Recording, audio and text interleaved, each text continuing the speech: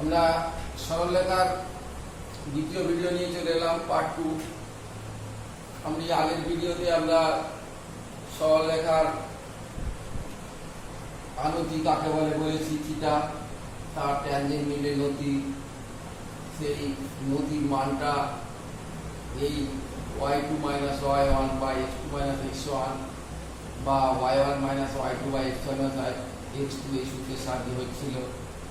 আর x1 y1 এবং x2 y2 বিন্দুগামী সরলরেখার সমীকরণ এটা ছিল। আবার y অক্ষ থেকে c অংশ ছিন্ন করেছে প্রবণতা m, সেই সরলরেখা y mx plus c, এটা আমরা করিয়েছি। আর আরো করিয়েছি যে x অক্ষ থেকে a অংশ, y অক্ষ থেকে b অংশ ছিন্ন করেছে সেই সরলরেখার সমীকরণ এটা এরকমই যে x by a plus y by b equal to 1।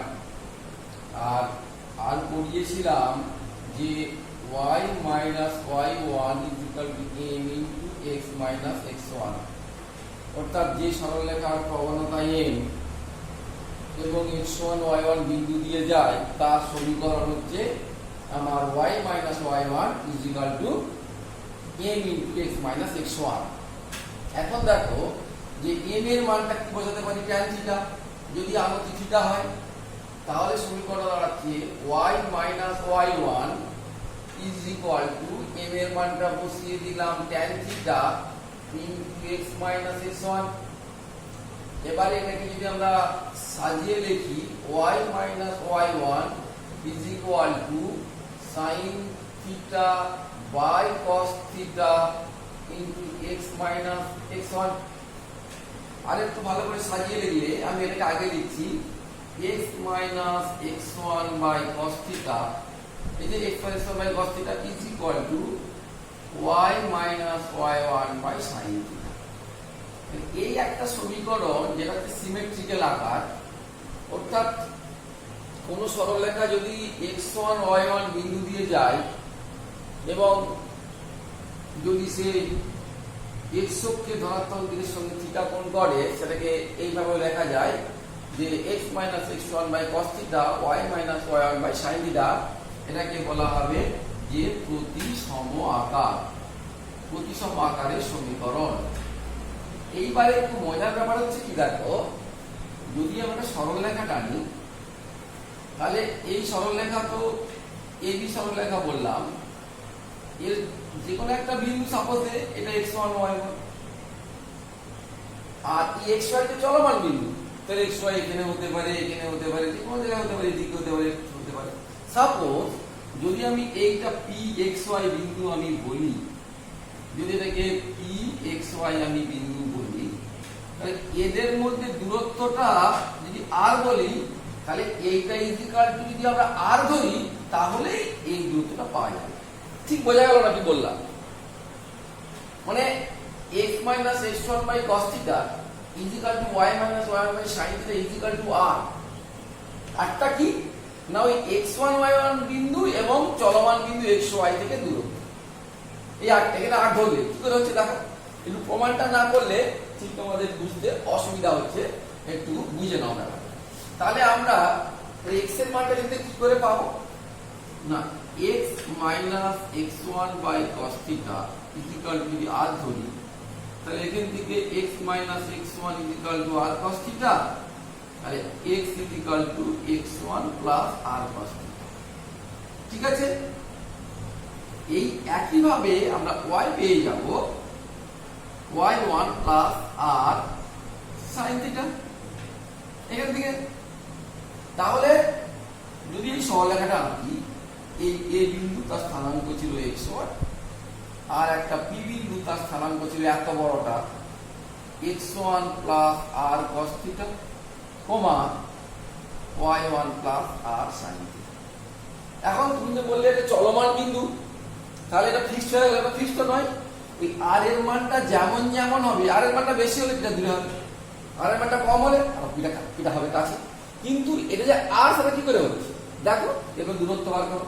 তাহলে এপি সূত্র আমরা বার করো যে AP is equal to root over of x2 minus x1 এর হোল স্কয়ার, এটা বিন্দুর সঙ্গে x1 y1, তাহলে এইটা মাইনাস এটা, তাহলে একবারে r cos theta whole square হয়ে গেল, বিয়োগ করে দিলে কিন্তু এইটা মাইনাস এইটা y1 বাদ চলে গেল plus r sin theta whole square. সরল করলে হবে root over of r square, common চলে গেলে cos square theta plus sin square theta সমান r। তাহলে এর মধ্যে দূরত্ব r, ওই জন্য r ধরা হয়েছে। তাহলে কি দাঁড়ালো না x minus x1 by cos theta is equal to y minus y1 by sin theta is equal to r। এটা প্রতিসম আকারে সরলরেখার সমীকরণ, যেখানে r কি না আর হচ্ছে ওই চলমান বিন্দু xy আর x1 y1 ফিক্সড বিন্দু, এই দুটোর মধ্যে দূরত্ব, সেটাকে আমরা r বলছি। তাহলে এই হলো আমাদের প্রতিসম আকার।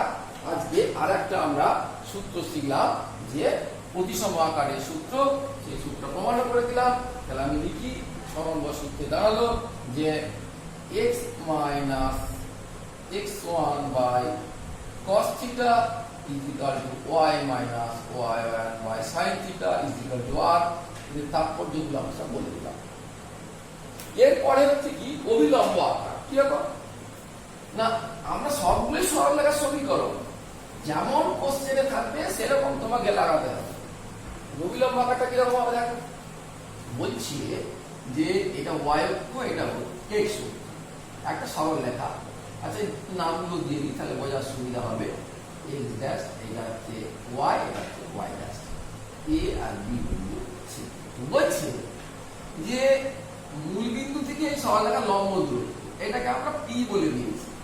আর এই লম্বটা অর্থাৎ সরল রেখার উপরে লম্ব, মূল বিন্দু যে লম্বটা এনেছি সেইটা pn বলো, on বলো, যে x অক্ষের সঙ্গে আলফা কোণ করেছে।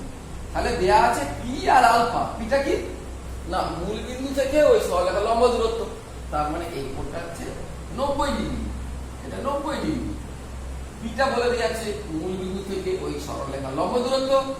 আর আলফাটা কি না ওই যে লম্বটা আমরা টেনেছি সেইটা x অক্ষের সঙ্গে যত কোণ করেছি।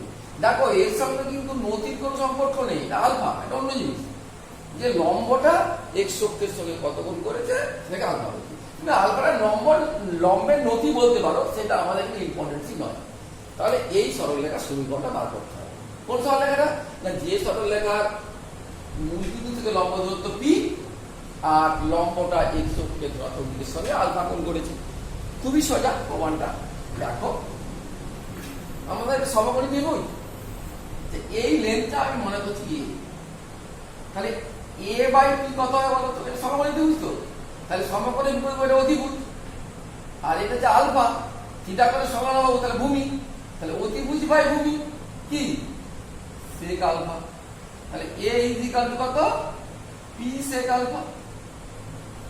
আবার এই অ্যাঙ্গেলটা তখন কত হবে? এই অ্যাঙ্গেলটা হবে পাই বাই 2 মাইনাস আলফা, কারণ পুরো 90 ডিগ্রি।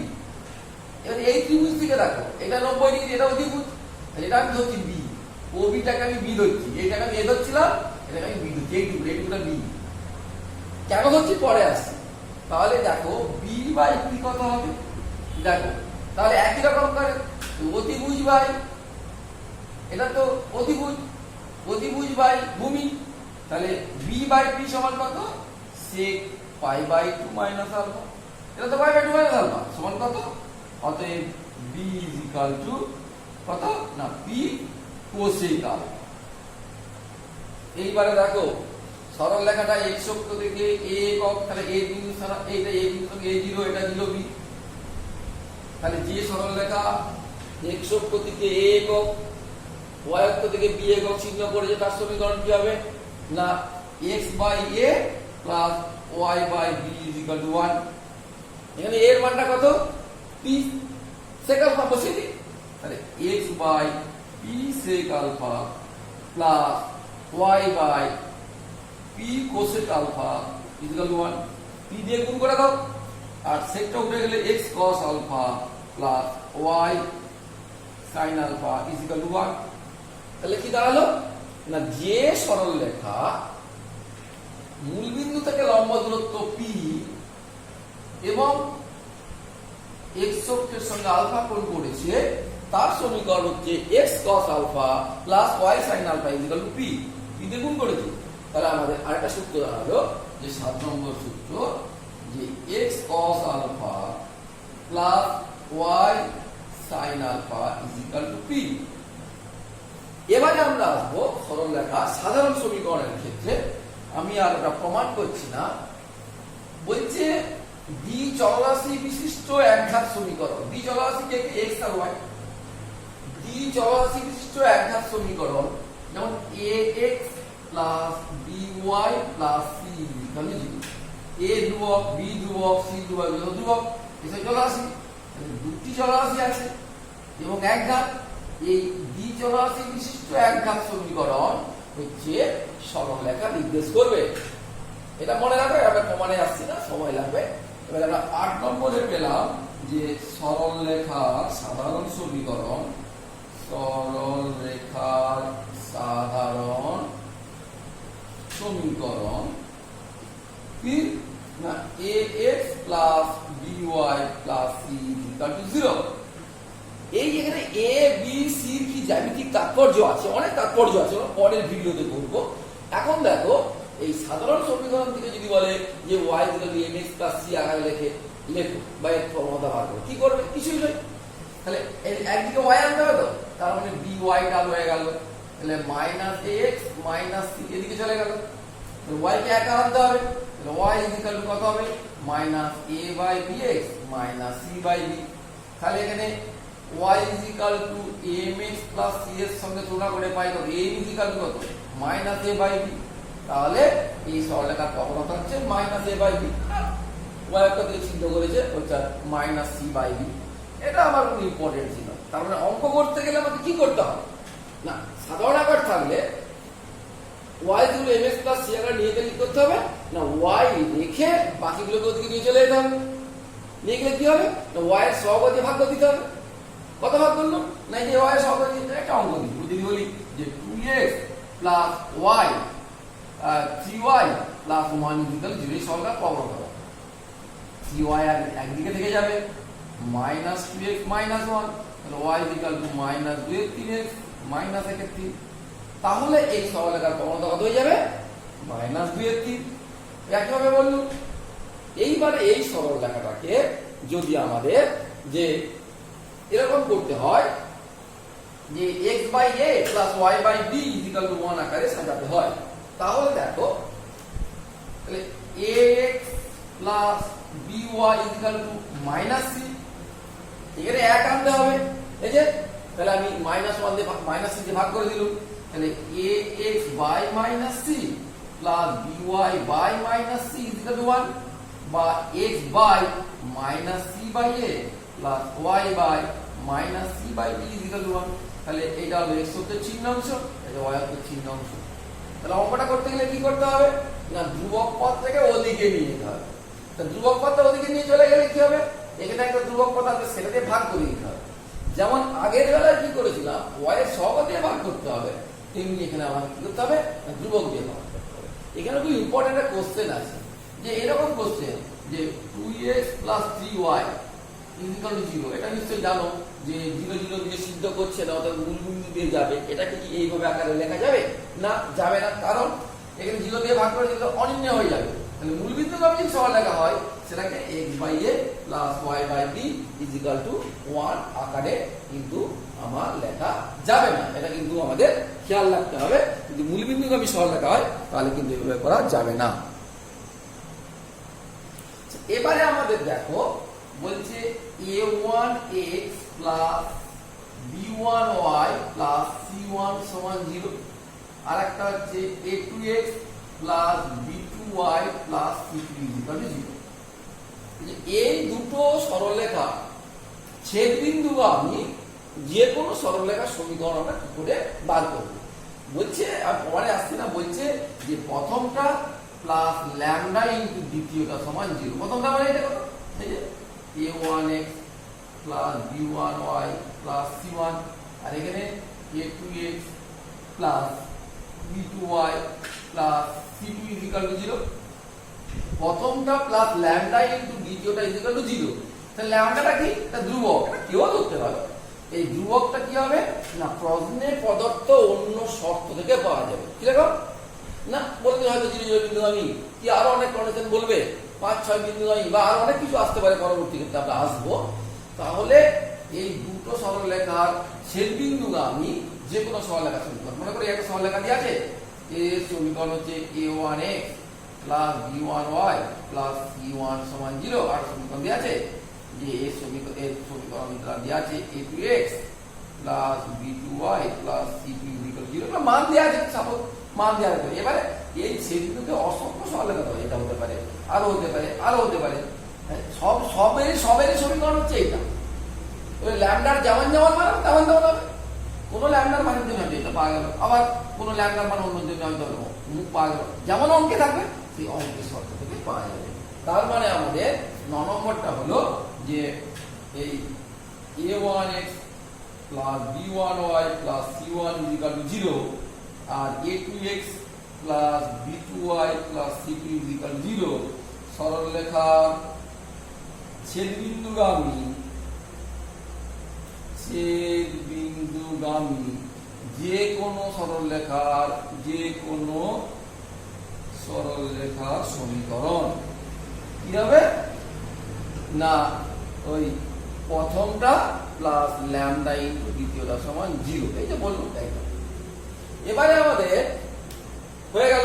এবারে বলেছে যে দুটি সরলরেখার ছেদবিন্দু পাবো কি করে। এটা আমরা নিচু ক্লাসে শিখে এসেছি। ছেদবিন্দু কি করে পাবো? সাপোজ এই দুটো সরলরেখা দেওয়া আছে, a1x plus b1y plus c1 সমান 0 আর a2x plus b2y plus c2 0। সমাধান করতে হবে। বলছে এই দুটো সরলরেখা সমীকরণ দেওয়া আছে, এই বিন্দুটা কি করে পাবো? সমাধান করতে হবে।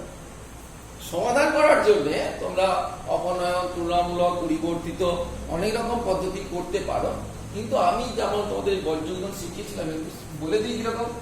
নিয়ম হচ্ছে, দেখো দেখে লিখবো x y is equal to minus y by is equal to 1 by। এবারে আর কিছু ভাববো না। আচ্ছা এটা একবারে করে দিচ্ছি, একবারে দেখো আমরা একবারে উত্তর লিখবো যে x is equal to আর y is equal to। খুব মন দিয়ে শুনো, একবারে x is equal to আর y is equal to। এখানে মিডল লাইন দেবো, এখানেও মিডল লাইন দেবো, এটা মাইনাস চিহ্ন এক্সট্রা দেবো। খেয়াল রাখো x এর মান। এবার x যখন করবো এটা চাপা দিয়ে দিব, তাহলে কত হবে? গুণ করে বর্গমূলের মতো এর সঙ্গে এর গুণ, তাহলে এখানে b1 c2 এর সঙ্গে এর গুণ মাইনাস c1 b2 হয়ে গেল। এবারে কি সব সময় কিন্তু এই প্রথম থেকে চাপা দেওয়ার পরে এই যে বোর্ডের বাইরে থেকে শুরু করি, তো বাঁ দিকের উপরে সেরকম বাঁ দিকের উপর থেকে, এই বোর্ডের বাঁ দিকের উপর থেকে শুরু করি এরকম। তাহলে b1 c2 minus c1 b2 আর নিচেটা কত হবে? এইটা সবসময় এই সব কত হবে? a1 b2 minus b1। তেমনি y এর ক্ষেত্রে কি হবে? ওই মাইনাসে দিয়েই থাকবে, একই রকম ক্যালকুলেশন কিন্তু ওই একই উপর থেকে। তাহলে y টা চাপা দিয়েছি, তারপরে কত হবে না a1 c2, এই যে y চাপা দিয়ে রেখেছি, তো a1 c2 minus c1 a2 আর নিচেটা একদম a1 b2 মাইনাস b1। সূত্র মুখে তোলা দরকার, এরকম চাপা দিয়েই করতে হবে। আমি আর একবার দেখে দিচ্ছি একটা অঙ্ক দিয়ে যে কি করে সমাধান করবে। তাহলে দুটো সরলরেখার ছেদবিন্দু কি করে পাবো না, সমাধান করে। যে ছেদবিন্দু কি করে পাবো না, ছেদবিন্দু কি করে পাবো না, সমাধান করে আমরা ছেদবিন্দু পাবো। কিন্তু এই এক স্টাইলে একবারে আমরা সমাধান করবো, সে বাচ্চা বেলার মতো যে অপনয়ন, তুলনামূলক, পরিবর্তিত ওইসব কিচ্ছু নয়, একদম ডাইরেক্ট উত্তর লিখবো।